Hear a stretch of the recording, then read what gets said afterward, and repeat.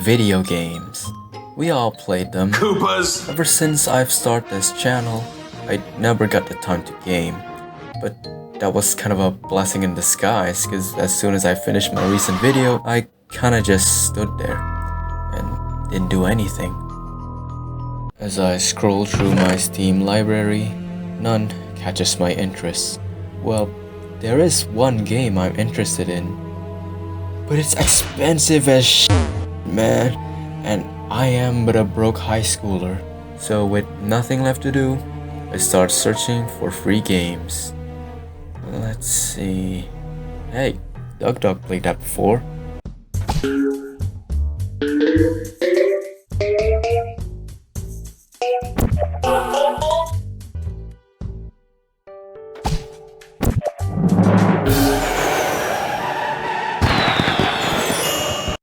Too short.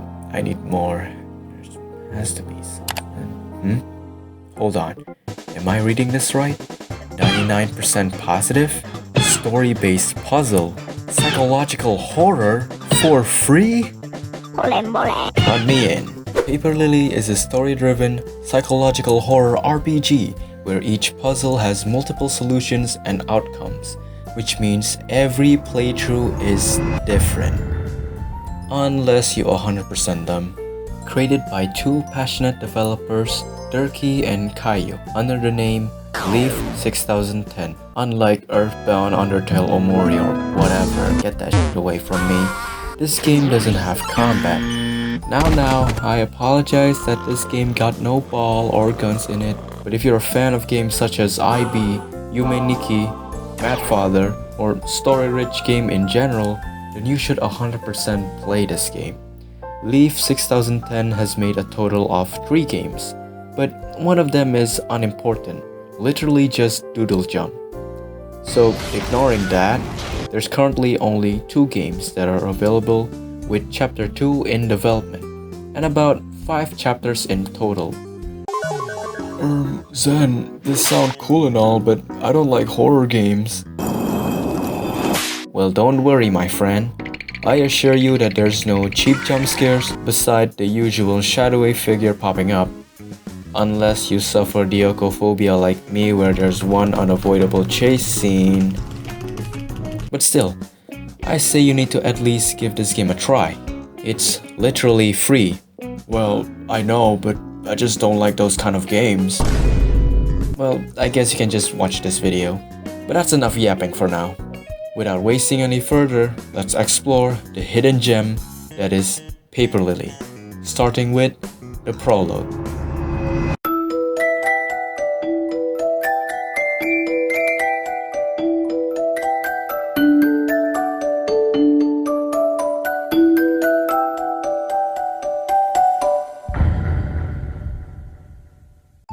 Project Cat follows Cat, a student fascinated in rituals but kept repeatedly failing them, now intrigued of a rumored mysterious golden envelope hidden somewhere in her school. You'll just do whatever you want no matter what I say, won't you? It's possible. Stubborn idiot. I prefer ambitious idiot. Through bugging her friend, she gained access to said letter and successfully performed the ritual. But unfortunately, things are not always what they seem. Not only did she got 3 unrelated people killed, but she also got herself killed. I don't want to die.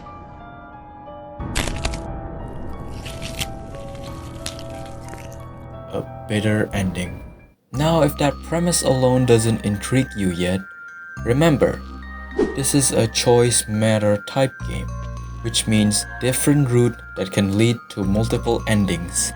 The literal beginning of the game already had an alternate path you can take. If you look at this puzzle, your immediate thoughts is to put the lily in the vase, right? Wrong. Now you just killed a bird. But if you did the opposite instead, the entity applauds you and warns you about Cat's future. Or with the 3 girls, where you can just straight up bully them or befriend them, which can also lead into other routes where you can get all of them killed together, or you get one of the most sweetest ending where all of them go for karaoke, which is non-canon. The attention to detail in this game is amazing. It's a free game, but there's so much stuff to discover. The added dialogue when certain conditions are met are so cool. Makes you wonder how many dialogues they've created. There's still so much stuff I haven't covered, but if you want to find out about that, go play it yourself. This game is short but sweet. I guess bitter made more sense. The game did very well and got the support it very well deserved. Motivated, they continued to work on the full game. But that didn't end well. So they decided to just release the game per chapter, call them scummy or whatever. But remember, these are just two people doing their best, and personally, I don't mind this that much. I have other stuff to do, I can wait. During this time period, we've been getting little updates through the devlog, giving updates to Project Cat, while also giving news for their next project, which leads up to the release of Chapter 1.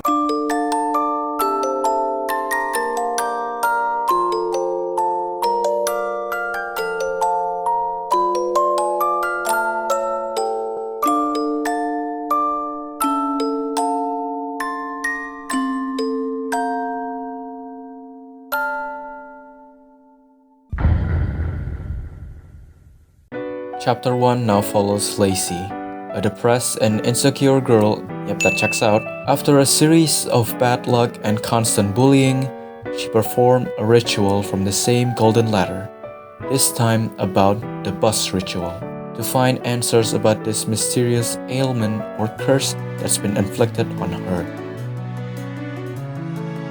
My bus is late. Journeying through a parallel world full of demons, she befriends many characters along the way, but alas, she couldn't get the cure she needed. But because of this journey, she gained a new perspective of her life. But the guy that encourages her goes back to the demon world, so this is a bittersweet ending.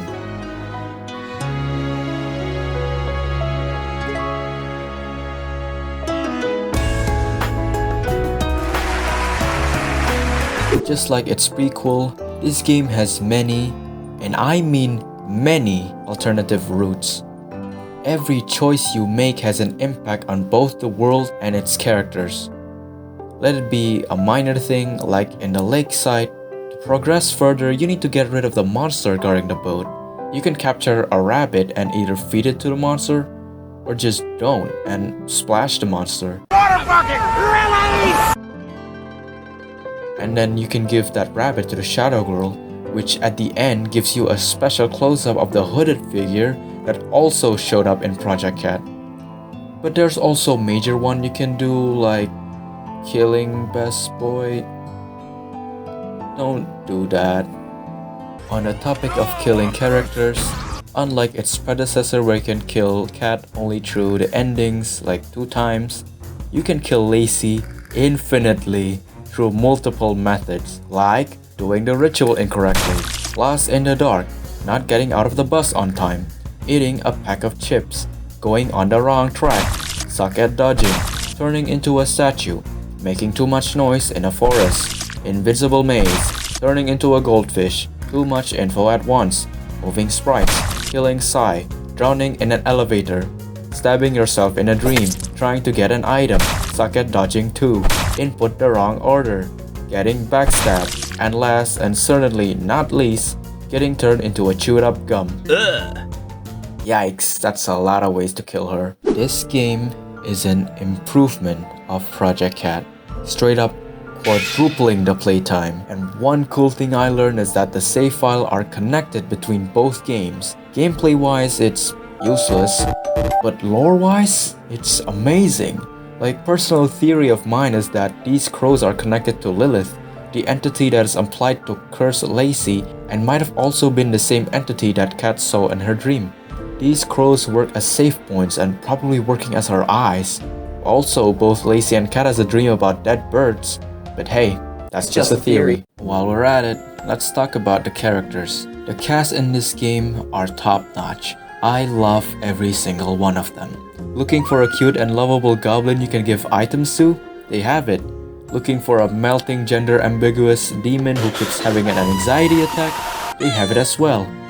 Looking for a tragic character who has suffered throughout her life, starting from simply her gaining her eyesight back, that would lead to a tragic spiral that not only doom her life but her family's as well, which ends with the entire village being burned down and her regretting even having eyes, repeatedly stabbing them until she stopped seeing, stopped worrying, stopped feeling, and eventually stopped moving. Yeah, they have that too. I know I already said that there isn't combat before. Well, chapter 1 has it, kinda, not really. It's more like dodging simulator than anything, as these don't appear much in the game, only appearing during the treehouse and Miss Knife's boss fight. That definitely didn't took me many tries, and me jinxing myself on the last attack, forcing me to redo the last phase multiple times. How long have I been out? 14 minutes. That's creepy. You shouldn't watch people sleep. Actually, look around first, I swear. I haven't talked about the writing, have I? It's good. So good. And also pretty funny. This is the cherry on top, as these moments don't feel forced and hit just at the right time. Mostly appearing during dreary moment, so it's not too gloomy. Like during the facility, Lacie just escaped a very bloody cell. A shadowy figure approaches. As a self-defense, she hit him with a salt splash. I feel like I've seen this somewhere, but that did nothing and got Sai laughing instead. Or during the fairy ring, when Aoi starts panicking, and Lacie just casually pull out a one-liner. What? I said, cut it off. Sorry. Is that supposed to be a joke? Speaking of, this game is great and all, but I do have one complaint, and that is the fairy ring. Completely optional.